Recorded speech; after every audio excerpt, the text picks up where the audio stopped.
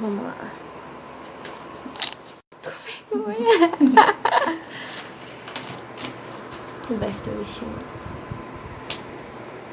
E aí?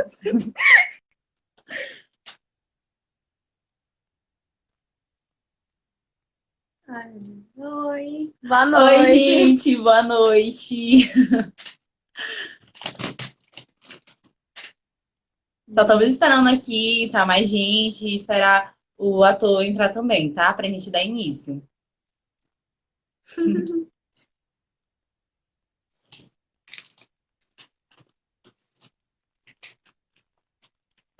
Ela tá com vergonha, gente. Hello. E aí, meu povo, deixa eu ver quem é que tá aqui online. Ó, gente, é a primeira vez que eu estou fazendo uma live. Obrigada, Mini. Boa noite, gente. Me manda, me manda, me manda. Me manda aí o vídeo. Do que se trata essa live? Tu sabe, Diversos temas. Desde novela, e vai falar também sobre cinema, depressão. teatro. Vamos falar também sobre violência contra a mulher. Vamos falar sobre temas da nossa realidade, entendeu? Então, fique dentro aí, fique ligados que vai estar show.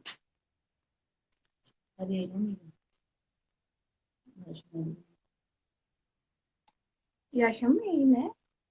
Falta. Aceitar.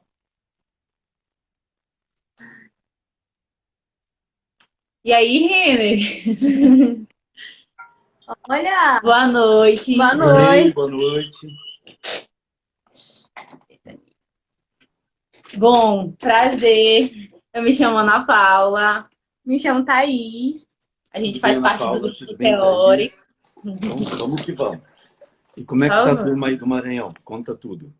Ah, graças a Deus tá indo tudo bem, tá tudo tranquilo. E por aí, Então, eu tô fugindo da pandemia aqui. Eu tô em Itaipava, na Serra, imagino. bem isolado com meu filho, assim, tentando cuidar o que dá, né? Acho que a gente vai Só ficar aproveitando, mais um mês aqui. só aproveitando os vinhos, né?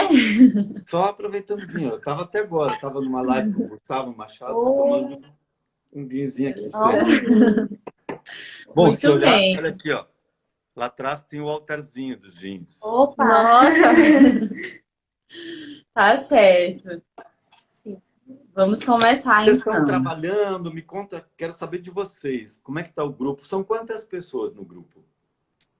No grupo tem mais de 100 pessoas, entendeu? E o grupo é formado com mais meninas. São a muito grande de meninas. Sim, sim.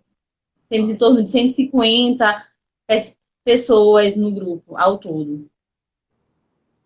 Não sabia. E vocês se encontram, pelo menos se encontravam, né, antes da pandemia, quantas vezes por semana? Como é que é isso? Boa noite, Neri. Bom, são 145 pessoas que o Vinícius está dizendo. Bom, esse grupo, a companhia de teatro em si, os ensaios começaram logo após, eu nem digo após pandemia, mas sim quando estava diminuindo mais os casos aqui em São Luís, que começou a se encontrar, entendeu? Então, os ensaios ainda estão muito recentes. E antes da pandemia, como que se encontravam? Oi, Naya, boa A noite. gente ainda não tinha se encontrado, É. entendeu? Ah, A gente tá, está tá. tendo um novo contato agora, está começando os trabalhos agora, E tá sendo entendeu? aos poucos, é só final de semana. Não tá sendo assim frequente. Claro, e cuidando dentro do que é possível. Muito Sim, legal. sim. Verdade. Muito, muito legal, sim. E como é que é o trabalho? Como é que é a dinâmica do trabalho de vocês? Olha, está sendo uma dinâmica muito boa mesmo, muito, digamos assim, está sendo bastante cobrada da gente, entendeu? É algo, é algo novo, é algo, digamos assim, uma experiência nova pra gente, sabe? Mas está sendo muito crucial e está acarretando muito na nossa vida profissional também, que eu tenho certeza disso. E vocês se encontram, ensaiam? Como é que é um dia a dia de trabalho? Ó, a gente está geralmente ensaiando durante o final de semana, que é domingo, e aos sábados, às vezes, a gente faz um passeio, que o intuito desse passeio é aumentar a nossa Intimidade. intimidade com o grupo, entendeu? Sim. E como é que é o ensaio esse de domingo, por exemplo? Vocês fazem leitura, exercício? Como é que é a coisa? Sim, ó, primeiramente a gente faz aquecimento, entendeu? O aquecimento muito puxado, para a gente estar exercitando mesmo o corpo. E aí a gente vai para a leitura de texto, depois a gente vai para a interpretação do texto com falas, entendeu? Cenas.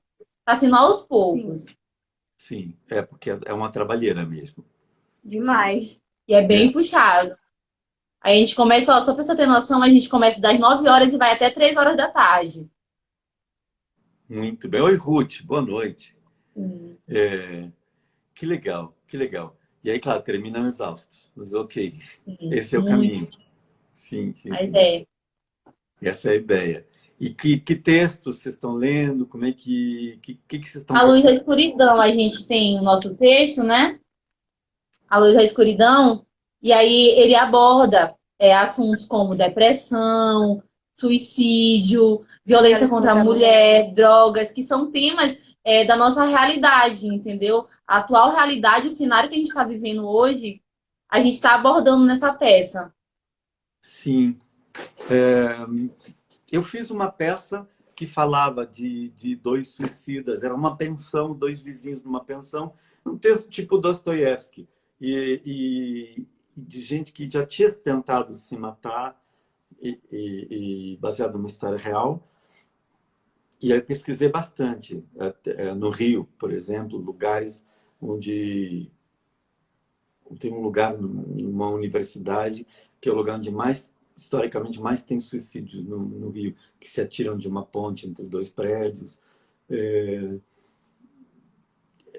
não é fácil falar disso, Não, não não é é fácil fácil. entrar E nesses aí, espaços. Tem que ter todo um preparo. e aí para o senhor, qual foi a maior dificuldade para estar, digamos assim, vivenciando esse papel, tendo um contato maior com essa cena? Porque eu acredito assim que é fácil falar, botar em papel. O difícil mesmo é quando a gente Pra se interpretar. coloca no lugar, entendeu? Vive aquela cena.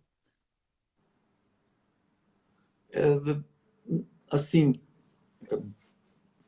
é muito difícil.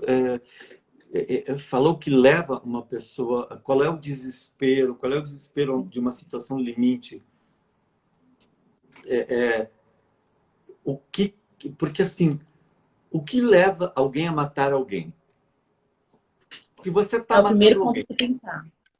Está matando alguém, nem que seja você mesmo, mas você está matando alguém. E uma coisa que, na verdade, você está matando alguém e você está matando as pessoas que gostam desse alguém. Então, no caso do suicida, é diferente de um assassinato, porque no assassinato você mata um terceiro, uma outra pessoa. Uma parte é diferente, uma parte é igual. No suicídio, você mata você mesmo. Essa parte é diferente. Agora, na parte igual. No assassinato, você mata uma terceira pessoa e você realmente maltrata muitas pessoas que gostam daquela pessoa que você matou.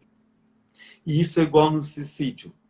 Porque você se mata, mas você maltrata muito uma série de pessoas que gostam de você. Sim, é verdade. Faz sentido o que eu estou levantando? Faz sim. Então, assim, o que leva essa pessoa a cometer essa atrocidade? Seja com o terceiro, seja com ela mesma. Assim, e é tão difícil falar disso, e é tão difícil... quando eu fiz a peça, a gente apresentou nessa faculdade. Clayton, irmão, boa noite. Eu apresentei a peça nessa faculdade e o diretor da peça me ligou, desesperado, à 1 da manhã, dizendo: Roberto, olha esse e-mail que a gente recebeu, você não tem nada com isso, a gente já está vendo com a direção da faculdade, que era um cara que estava na peça, e ele disse, me lembrou as minhas 3 tentativas da peça, e não vou dizer que eu não fiquei com uma vontade de ir no parapeito da janela.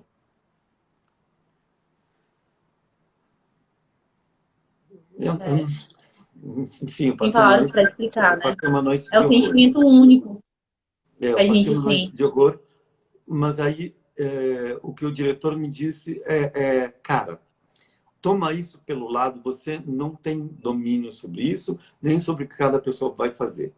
Mas toma isso como um elogio de como você mergulhou tão fundo que um cara que já passou por isso se identificou dessa maneira.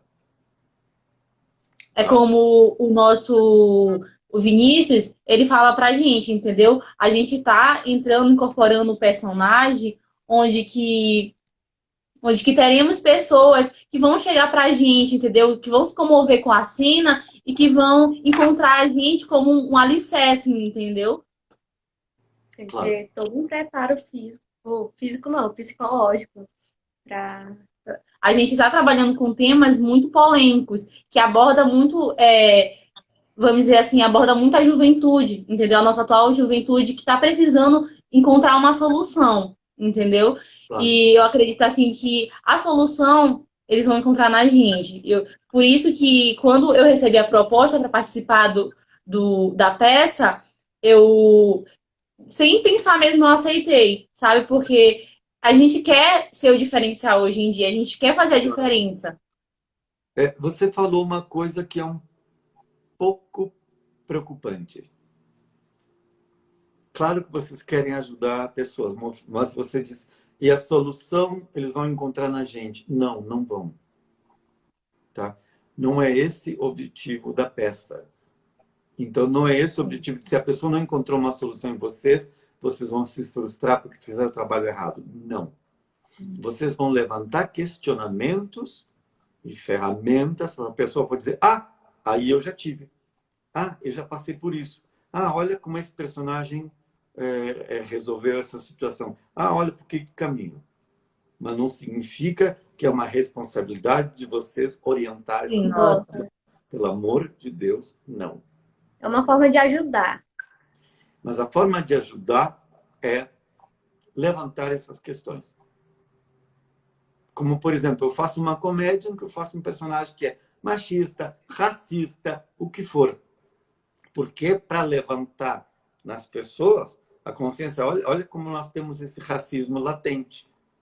Olha como nós temos esse xenofobia, sabe, que é nossa, na nossa sociedade. Então, eu não estou dando uma solução para o nosso racismo, mas eu estou levantando a questão de olha em quais situações que você nem imaginava está sendo racista. Então, é conscientizar sim, mas não dar soluções. Jamais se cobrem isso, tá? Tudo bem. Bom, a respeito do teatro que o senhor já fez, o senhor pode dizer para a gente assim, o que te levou ao teatro e o que te fez continuar fazendo teatro? Você poderia estar dizendo um pouco da sua experiência, como o senhor começou? O que atraiu, assim. Eu comecei com pintura. Eu pintava Uhum. desde muito moleque. Desde muito moleque mesmo, desde 5, 6 anos. Eu pintava. Não. E fiz aula de pintura dos 5 aos 15 anos.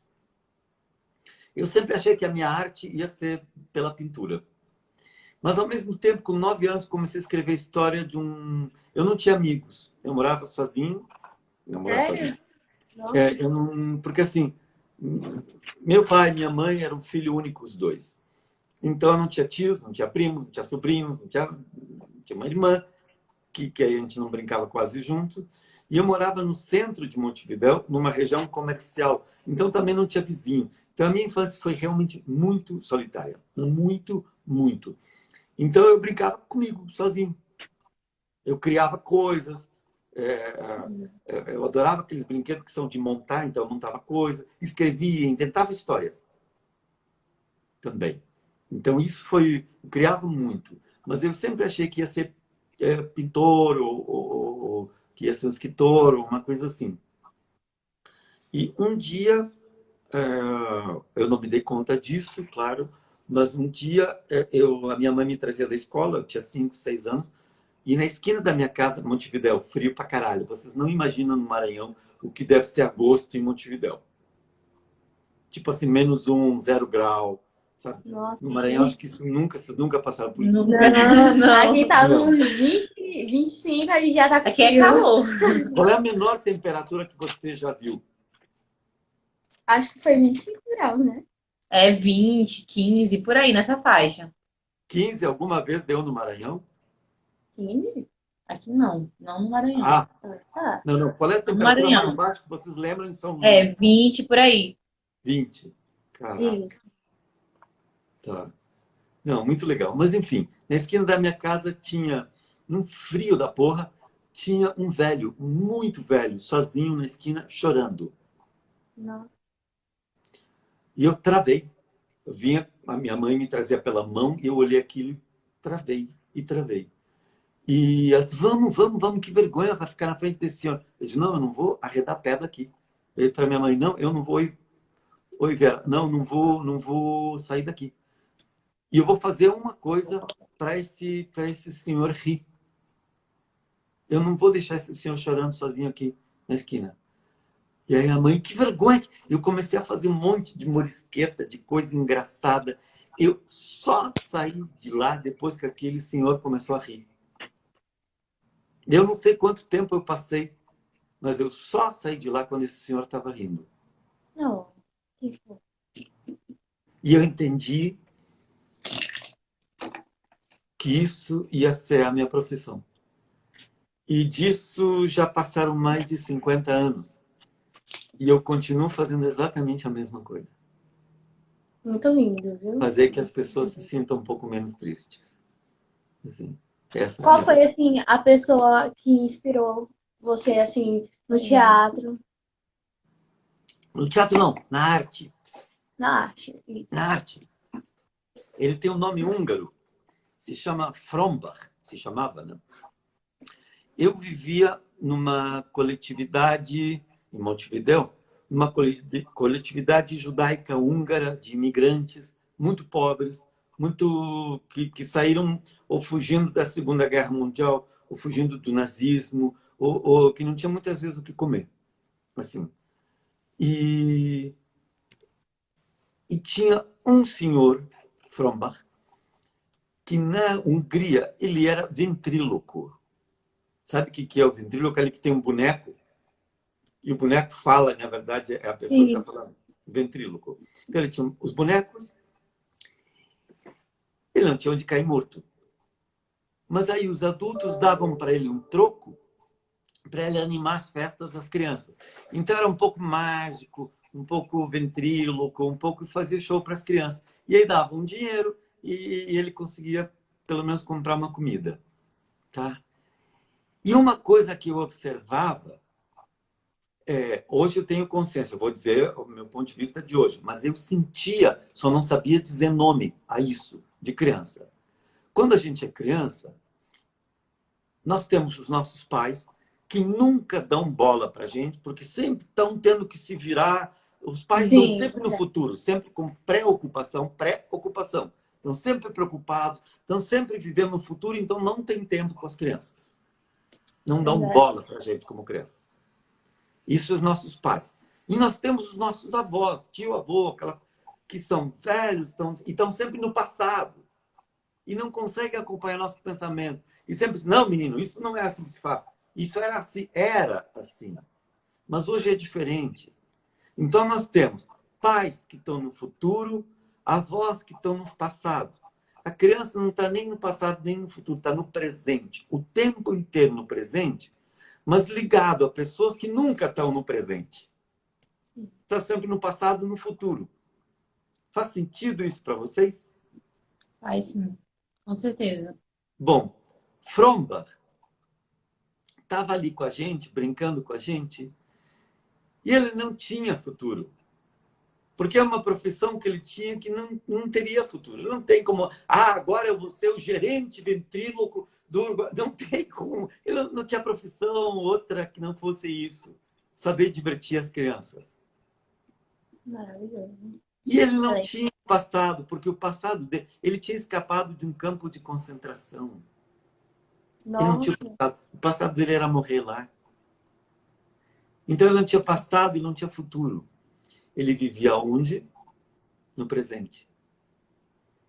E eu admirava Eu admirava ele não só como mago, como mágico, não só como ventríloco. É porque ele parava do nosso lado e escutava o que a gente tinha a dizer e aceitava o que a gente tinha a dizer. Que os nossos pais não fazem isso e os nossos avós não fazem isso. Verdade. O ouvir, né? Ter alguém para conversar, E entender. aí eu tinha 5 para 6 anos e com o Frombach eu decidi, eu quero ser Frombach. Que lindo. Então eu vou ser um artista. Eu vou ser Frombach. E desde o início da minha carreira, cada personagem novo que eu faço, cada estreia de peça, cada vez que eu me maquio no camarim, eu digo para o Frombach. Que bonito essa história de vida. Você já teve algum medo, assim, na hora de interpretar um personagem? Bom, frio na barriga no teatro sempre, Sim, sempre tem.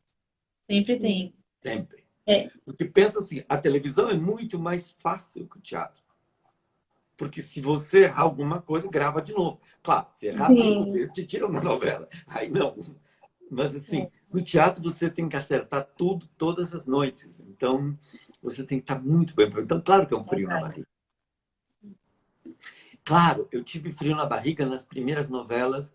Eu só fiz 4 novelas na minha vida, mas a primeira, a segunda, porque de um lado estava o Tony Ramos, do outro lado estava a Lília Cabral, do outro lado estava... Cara, figurões. Hoje, sim, sim, mas, cara, os problemas e as tristezas e as neuras são tão maiores em outros lugares que, vamos gravar logo, vamos, sabe, vamos fazer. São outra coisa. No cinema, sim. Então, frio na barriga vai ter sempre.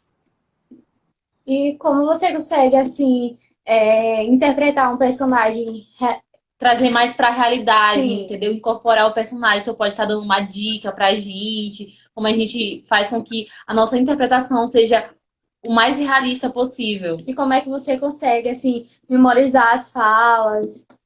Tá. Tem gente que tem facilidade para memorizar. Eu tenho dificuldade pra caceta. Tenho muita dificuldade para decorar. Então, e muitas vezes eu invento mesmo. Mas por que eu invento? Não é que eu invento coisa lá louca, calma, não é isso. É porque eu decoro primeiro o que acontece na cena. E não qual a palavra. Eu primeiro, quando eu estudo o texto, o personagem, não sei o quê, primeiro, quem é esse personagem? Eu me preocupo com quem é esse personagem. E dentro do quem é, o mais importante de tudo, que é o caráter desse personagem, e o caráter, o que significa? Que tipo de decisões ele toma? Se ele vê isso, o que ele faz? Se acontece isso com ele, como é que ele reage? Então, as decisões, as suas reações, o conjunto de tudo isso compõe o caráter. Mas o que forma o caráter dele? O que dói. Se ele teve uma infância muito violenta, ele não consegue ser doce, não consegue ser delicado, ele tem medo disso, por isso nunca olha os olhos da pessoa. Quais são as dores? A dor, o conjunto de dores resulta no caráter desse personagem. Então eu parto assim, dói nele isso. Um cara que já foi muito traído pelas pessoas que ele mais amava, que são seus pais. Aí é um cara que é desconfiado. Então, eu parto disso.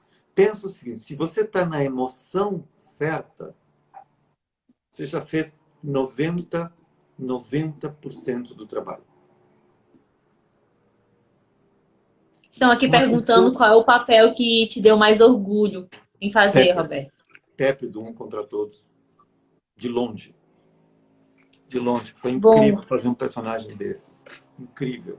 Assim, a curva dramática dele ao longo das 4 temporadas é monstruosa. Então, ele já foi um puta médico, idealista, que ajudava a população carente e virou chefe do tráfico da Bolívia. Então, olha de onde saiu para onde foi. Então, como dar organicidade? Mas você me fez uma outra pergunta, que é como fazer para ser realista, para ser natural, para ser Sim, o mais natural. o mais natural. Isso. Por exemplo, qual é a maior dificuldade? Ou a turma do vinho chegando, que legal, tá Charolha, boa noite. Qual é a maior dificuldade que vocês sentem na coisa de ser natural? Onde pega para vocês? Tem mais dificuldade, né? No caso, Eu tenho mais dificuldade, assim. decorar textos. Eu tenho dificuldade em decorar o texto, assim, em sentir aquela coisa, A sabe? emoção. A emoção. Claro. Pensa o seguinte, eu entro na emoção, não minha, do personagem, a partir das dores que esse personagem tem, que não são as minhas. Uhum. Até pode ser as minhas, mas naquele momento não são. São deles. Isso vai ser muito importante para vocês Uhum. no momento que vocês... você não vai viver um suicida. Tá? Porque senão você vai ir por caminhos que machucam. Sim. Tá? Sem dúvida. Caminhos que machucam. Tá? Que não são bacanas, que drenam a tua energia. Você... tem um amigo meu que fala assim, e tem um grande mestre que falava assim, quem interpreta no teatro não é o ator, é o espectador. Eu vou dar sinais para o espectador para ele interpretar, isso é Hamlet. Mas então, quais os sinais que eu tenho que mandar para ele poder dizer, sim, isso é Hamlet. Tá, já entendi. Isso é Henrique VIII. Então, quais são os elementos que eu vou trabalhar para o espectador poder dizer, pô, que raiva que esse cara tem do outro. Isso não significa que eu vou passar 2 horas de peça com raiva todos os dias. Eu já fiz peças com interpretações, sim, super de dentro, e tem peças, e tem filmes, que é uma coisa mais externa. Que eu crio coisas codificadas que o espectador pode entender. Olha a raiva que ele está. Olha, eu não preciso lembrar. E também teve até uma novela sua, que foi a Império, que você fez o papel de Josué, onde Sim. que foi um personagem misterioso, perigoso, entendeu? Eu acredito Sim. que foi um pouco difícil, sim, né? Interpretar esse personagem. São dificuldades. Agora, os personagens mais difíceis são aqueles que são mais neutros. Os mais neutros. Ou os que mais se parecem com você. São os mais difíceis de interpretar. Nossa! Porque você, por exemplo, se eu tenho que interpretar um cara que é um escroto violento, e que ele tem toda uma corporeidade específica, violenta, o cara que anda assim, não sei o quê, é mais fácil. Bom, vai gravar, bora. Já chega. Não fácil com essa corporeidade. O que é? Falou, o que é? Vai se ferrar. É fácil. Agora, um cara que é parecido comigo, qualquer deslize eu tô fora do personagem, entendeu? Imagino. Tem que prestar muito mais. Quanto mais neutro e mais próximo da gente, mais trabalhoso vai ser, né? Mais trabalhoso. Estão perguntando aqui sobre a violência contra a mulher. Qual é o seu ponto de vista no aumento, que teve um aumento no período da pandemia? Qual é o seu ponto de vista? Que o senhor fala um pouco sobre a violência contra a mulher, que é um assunto que vai ser abordado na nossa peça. Sim. Não é só no início da pandemia. Não é só no início da pandemia.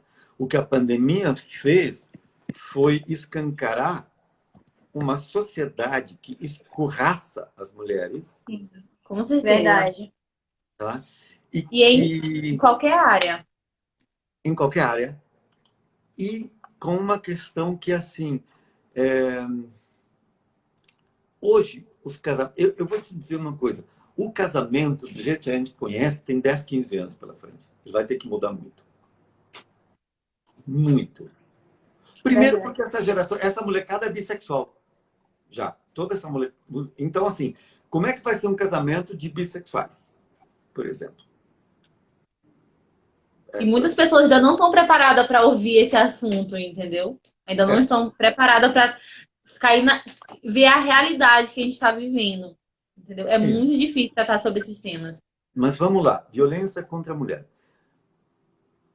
que é inadmissível. Nós temos uma sociedade que é machista, que é violenta, Sim, e sem dúvida. um governo que passa a mão por cima dos machistas e dos violentos, Verdade.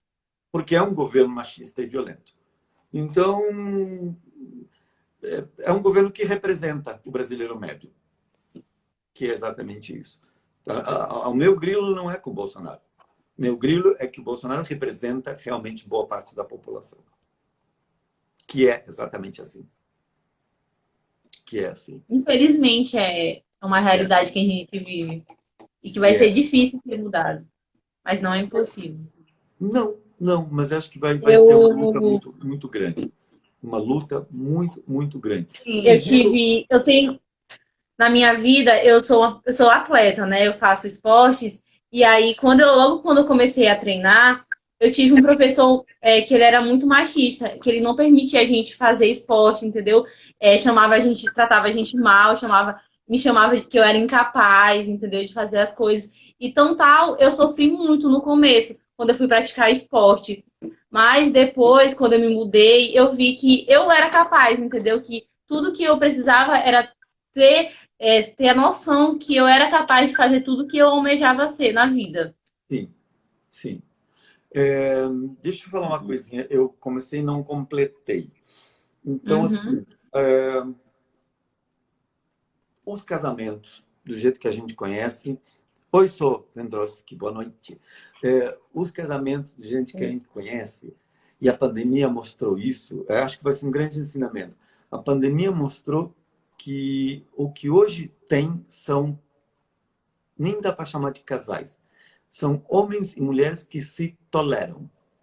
Sim, sim, é Verdade. verdade. Pura Tá? verdade.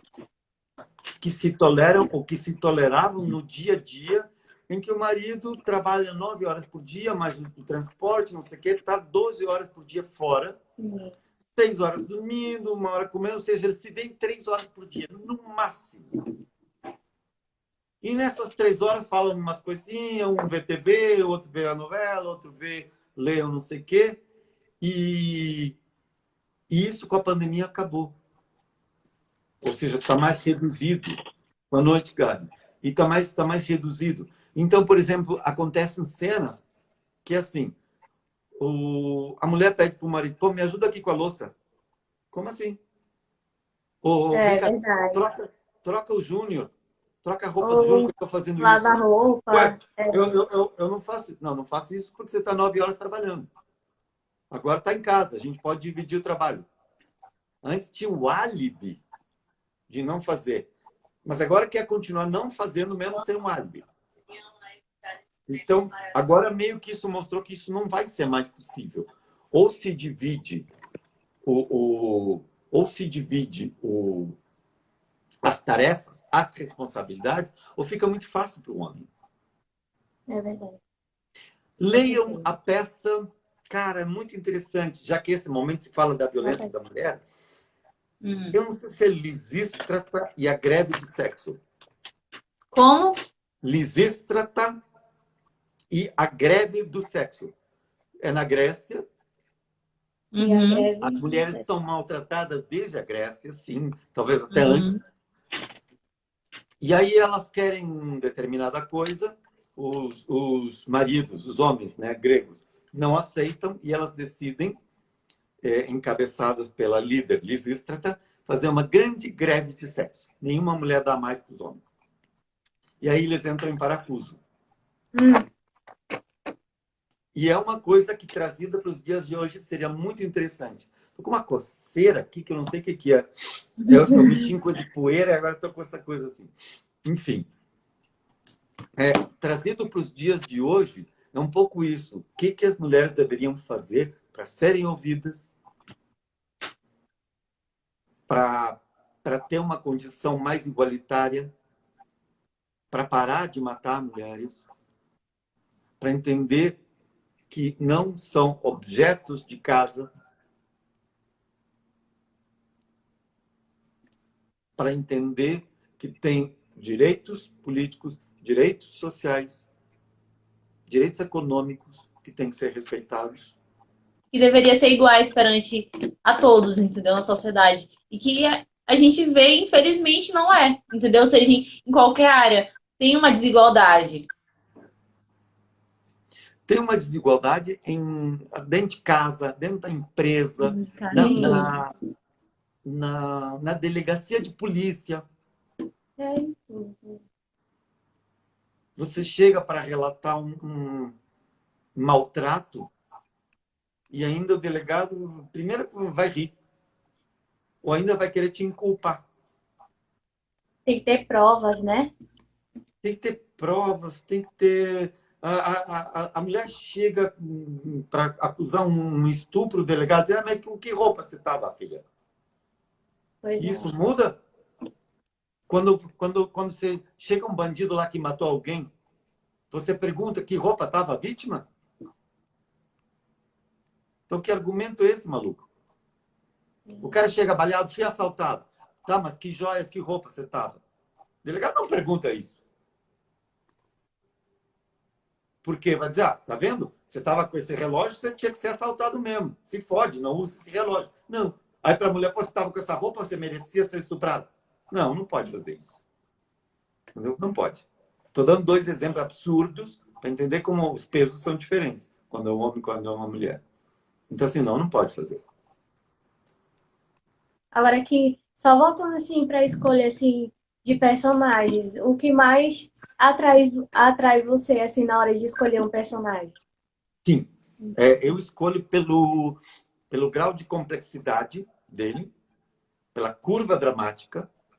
Por exemplo, se é um personagem lindo, tá, bárbaro, mas ele chega de um jeito no filme, na peça, e sai do mesmo jeito, não me interessa, porque ele não muda nada, não aprende nada. Aí não tem curva dramática.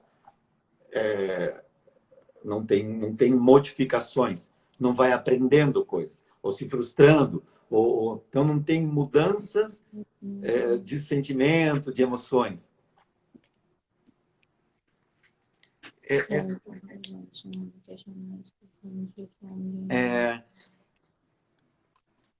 A outra é o grau de complexidade no sentido que não seja um personagem plano, que não seja fácil de definir. Ah, esse é o bonzinho. Ah, esse é o malzinho. Sim. Eu tenho uma gíria, uma piada interna minha, quando eu falo com o aluno, com a pessoa, que ele diz, qual é o papel que você faz? Ah, o namorado da Carol. Sim, mas o que ele faz? Ah, ele liga para a Carol, vamos sair hoje? Vamos. É só isso? É. Ah, tá bom. Na novela tem muito isso, os jovenzinhos, os gatinhos, as gatinhas, que é o namorado da Carol. Mas quem toca a história mesmo é a Fernanda Montenegro, é a Cássia Kiss, é a Vera Holtz, que são os que carregam a dramaturgia. Então, me interessa que o personagem carregue a dramaturgia. Obrigado, O que te Aninha. encanta assim no cinema? Estou perguntando. O que encanta no cinema? Vinícius, então, olha só. O cinema é a condensação de uma história. Então, cada frase que se diz... Primeiro que ela é quase sempre metafórica. Tá? É a greve do sexo, é isso, Marcelo. Tá? É Lisístrata e a greve do sexo. A linguagem do cinema é metafórica. Você tem 1h15 para contar a história toda. Na novela, você tem 8 meses, então você vai repetindo. Então, você não precisa condensar o tempo. Então, no cinema, você pega e você consegue desenvolver coisas, consegue linguagem, consegue ensaiar um monte de tempo, mergulhar fundo na emoção, nos sentimentos dos personagens. Na TV, você não tem esse tempo. Estão querendo saber aqui qual é o filme que mais lhe marcou e por quê. Filme.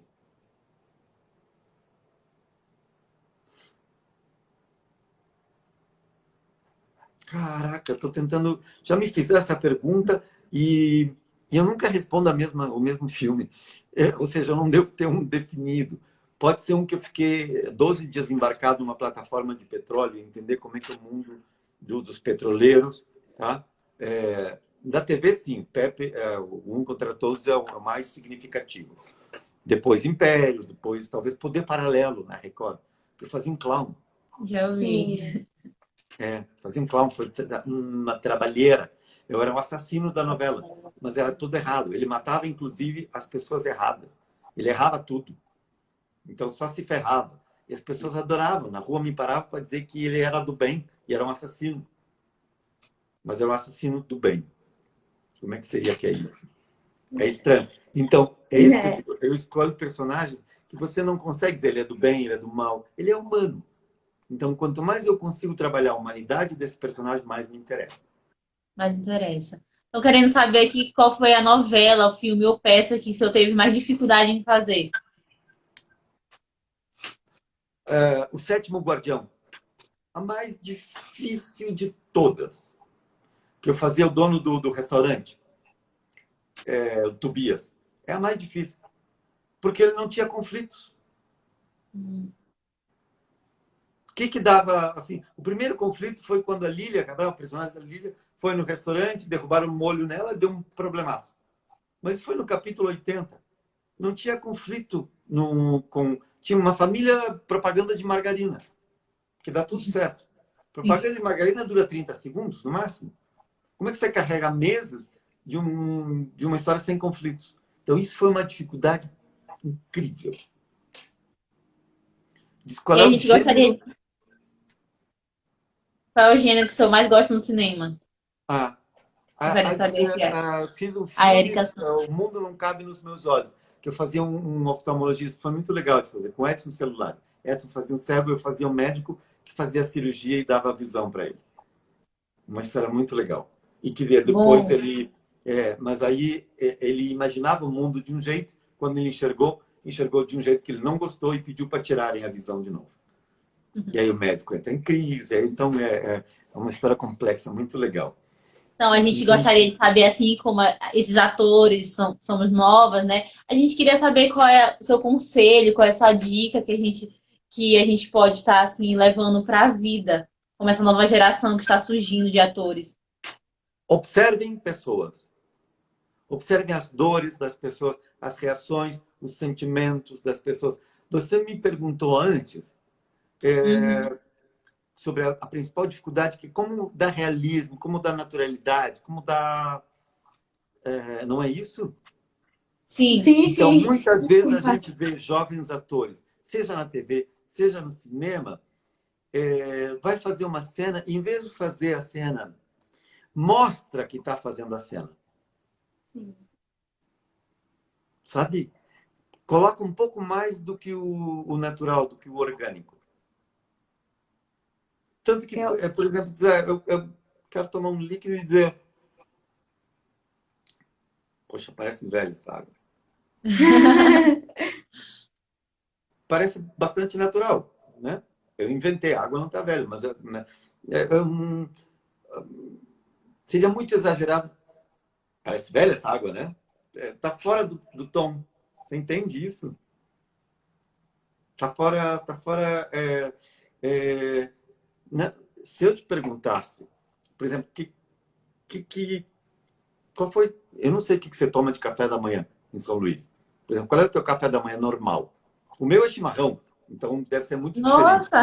Eu sou muito tradicional. O meu é Mas, por café exemplo, mesmo, o café seu café da quentezinho. manhã, o que é? O meu é Nescau com... O meu já é um café, eu sou muito tradicional. Tem que ter o cafezinho quente. Tem que ter o cafezinho, Tem que certo? ter o cafezinho. Meu depende muito, varia. E o seu é Nescau. Isso. O Você meu é lembra Nescau. algum trecho da peça? A gente tem ela aqui, ó. Ai, meu Deus. Tem alguma fala sua que você lembre? É porque, ó, geralmente eu tô interpretando dois personagens, entendeu? Qualquer uma. Mas tem Qualquer frase da peça. Peraí. Deixa eu ver aqui de... Ela vai ver o anjo, ela é anjo. Ela é anjo da... É luz, né, Arcanjo gente? Rafaela. É. Então, a anja, ela vai ler aqui uma fala pro senhor. Deixa eu olhar. Mas basicamente é isso. E qual é a dificuldade que vocês têm, por exemplo, que você tem nessa fala? Vai, amiga, pode falar. Calma aí. Deixa eu só achar aqui na rapidão. Não tô achando meu. Eu acho que basicamente é porque eu acompanho a trajetória dela, né? Mas, Então, eu você acredito. não lembra de nenhuma frase? Amiga, ela tá vindo aqui pra falar pro senhor. Mas eu tô interpretando a Rebeca. E aí a Rebeca, ela vai ser deixada no altar, vai ser largada, aí vai ter toda aquela cena, entendeu? De desespero, de angústia. E aí tem uma fala que ela fala assim: qual é, qual é? Eu estou muito angustiada, temo que algo vai acontecer. Parece que infelicidade e sofrimento batem em minha porta e começam a tomar conta de mim. Não sei o que é certo, é algo que me devota. Uma dúvida descontrolada, é algo que jamais senti. E é tão devastador dentro de mim que acabo pensando até que Deus é culpado. Sim. Qual é a maior dificuldade dessa fala, por exemplo? Eu acredito que a maior dificuldade, assim, para mim, é o sentimento, a emoção na hora que eu estou falando, entendeu? É o sentir mesmo que eu estou interpretando o personagem. Eu acredito que a maior dificuldade para mim é essa, a Você, emoção, sim, a emoção. Você tem que se preocupar que o espectador sinta essa emoção, essa emoção. tá? Você até pode não estar emocionada, mas se o espectador estiver emocionado, perfeito. Agora, se você está emocionado e o espectador não está emocionado, deu tudo errado, tá? Então, como se aproximar desse personagem? É uma pessoa que deu tudo errado para ela. Uhum, Sabe aquela coisa de até Deus duvida, né? Se sim. duvida de Deus, é porque deu tudo errado nela. Esse texto está muito... Me diz ele em 3, 4 palavras suas. Bom, basicamente, eu vou descrever uma cena que a gente está vivendo, né? Não, Eu vou... eu não pedi isso. Eu pedi, me diz essa frase em Ah, 3, dessa 4 fala palavras aqui? suas. Ah, tá. Essa fala bem que é que eu tô conversando com a Raquel e eu tô falando, a gente tá conversando sobre o irmão dela, né? Que ele saiu, está com uma amizade e, tipo, uma amizade que ele tem amigos que vivem em drogas, entendeu? E ela estava muito angustiada por ele estar junto, Tá. andando com ele. E aí, por isso que ela tá falando que essa devastação toma conta dela e que ela até pensa que Deus é culpado disso, dessas coisas, tudo Ok. está acontecendo. Tá. Então, já entendi a cena. Eu não quero que você me explique ela. Eu Uhum. quero que, como se fosse a cena, em vez desse texto de várias falas, Uhum. tá? Me diz isso em 3, 4 palavras suas. Eu tô fodida. Eu não sei mais o que fazer. Estou Me fala em 2 desesperada. palavras. Estou desesperada. Sim. A tua dificuldade é mostrar esse desespero, que eu entenda que Sim, você está desesperada, isso. tá? Observa como pessoas ou como mulheres desesperadas falam. Observa onde dói o desespero dessas pessoas. Como é que as pessoas ficam de pé falando isso? Como é que elas se sentam? Como é que elas tentam achar posição quando não tem posição? Porque o desespero é tão grande que você não consegue uma posição para sentar. E como é que é o fluxo dessas pessoas? Uma pessoa desesperada completaria todas as palavras? Não. Eu estou tão desesperada que até duvido que Deus... Se eu estou nesse grau de desespero, eu não sei concatenar 3 palavras. Eu digo, gente, eu estou mal. Eu tô Entendi. mal. Nossa. Isso é muito mais verdadeiro Do que falar tudo que está no texto, do né? que tudo. Às vezes, no cinema, o roteirista vai ver a primeira cena com tudo aquilo e o roteirista mesmo, o diretor do filme vai dizer, cara, nós vamos cortar esse texto. Porque esse texto é verborrágico e uma pessoa desesperado, não diria todas essas palavras. Verdade. Simplesmente olharia para o horizonte e dizer, cara, só fiz merda na vida. Ou só aconteceu merda comigo. Sabe? Não teve É nessas horas, sabe? Que às vezes o diretor tira todo o texto, e a mulher só acende uma vela, porque nem o amor ela conseguiu, sabe? E ela não sabe o que dizer, não sabe, tá falando com a amiga e no meio disso esqueceu que a amiga estava, e acende uma vela e diz, meu querido Santo Antônio, me descola o amor. Mas de verdade, meu querido Santo Antônio, me dá uma colher de chá, velho, pelo amor de Deus. E é isso. Isso é a cena. E isso é a verdade.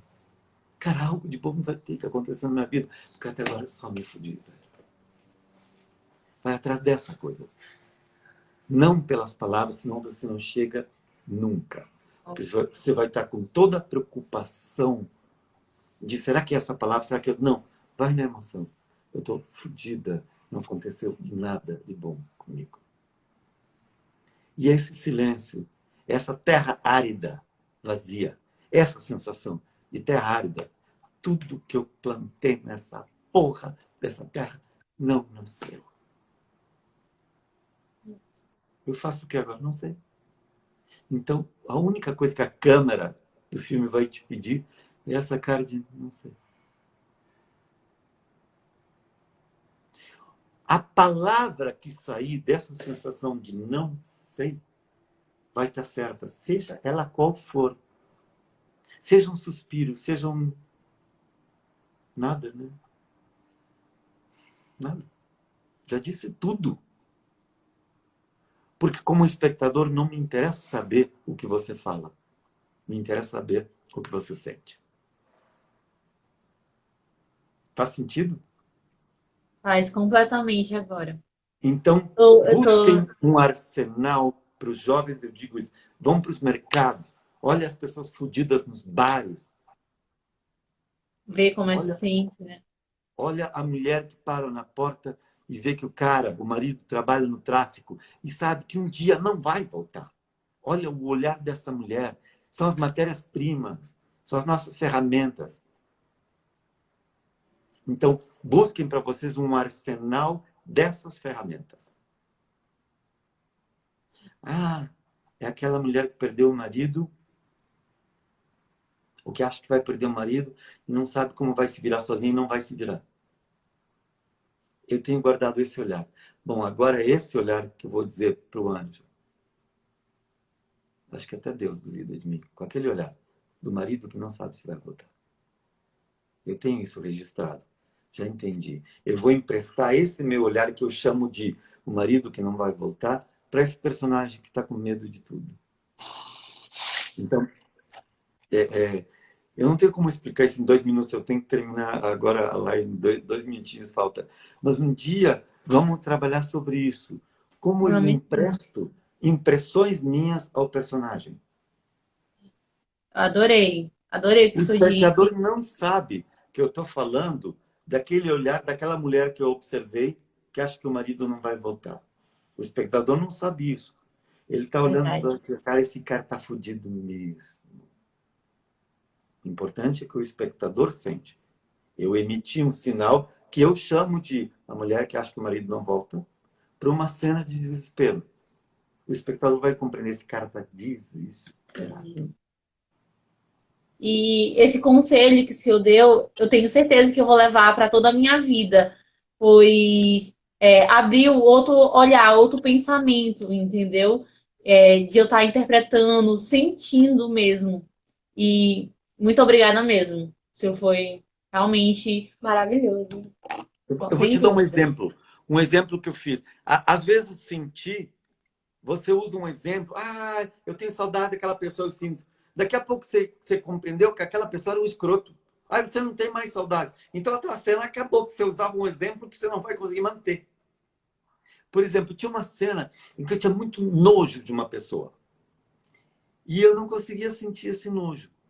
E aí meu mestre um dia diz, qual é a sensação mais nojenta que você lembra da tua infância? Aí diz, um dia que a minha irmã me tascou geleia nas costas, grudou tudo. Ai, E ele diz, me faz corporeamente essa sensação.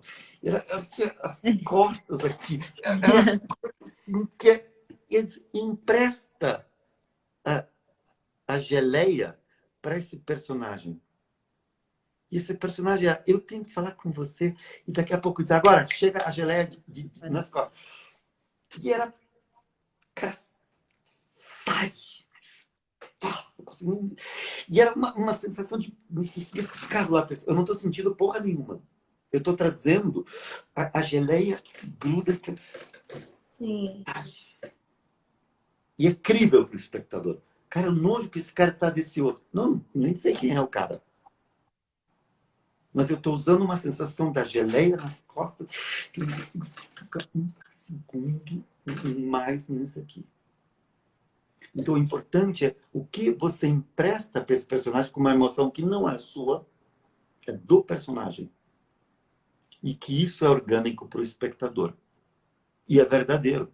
Em nenhum momento você diz, não, isso é meio falso, esse nojo. Não, é nojo real. Eu sei como todo o meu corpo ficava quando a minha irmã passava geleia nas costas.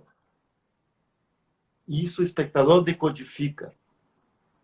Faz sentido isso que eu estou falando? Ai, sem Sim, dúvida. tem uma parte da peça que os anjos da luz, porque eu sou o arcanjo Rafael, né? Eu sou o anjo da cura.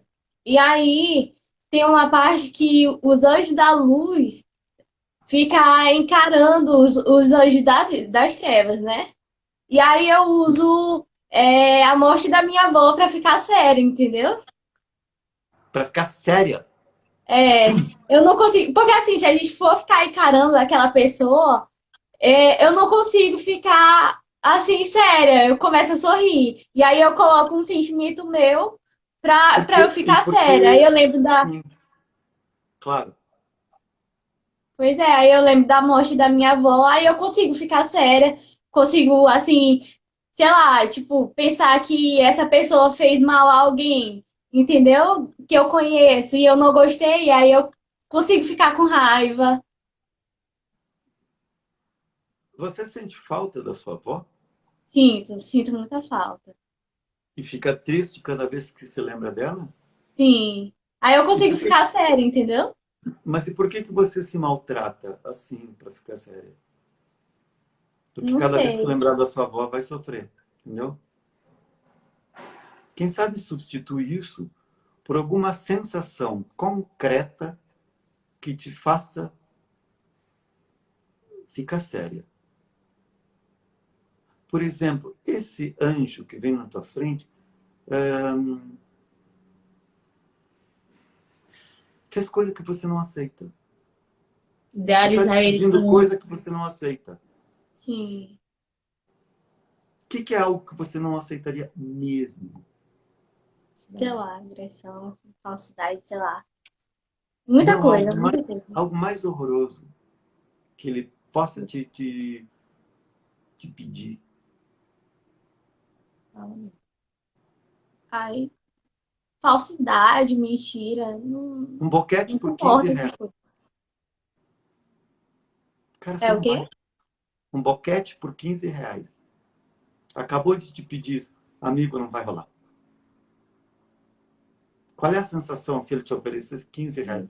Nojo. Cara, não, Gil, não dá um passo daqui. Então olha para aquela cara de boquete de 15 reais. Você tem uma sensação corpórea. Dizer, cara, não vai rolar. Você vai ficar aí agora. Para cima de mim? Não. Não vai rolar. É uma sensação corpórea. Codifica essa sensação corpórea e chama ela de boquete de 15 reais. Esse anjo não vai passar por você mesmo. E você não precisa Ih, se tá maltratar pensando na acabando. sua avó. Então, né, a live já tá acabando, Roberto, mas o que a gente tem a te dizer é que que é uma pessoa maravilhosa e que com certeza essas palavras que eu disse hoje à noite não foi por acaso, entendeu? Vai acrescentar bastante na nossa vida. Sim, demais. Então, obrigado vocês. Imagina, Agradecemos demais. Até a tá? próxima.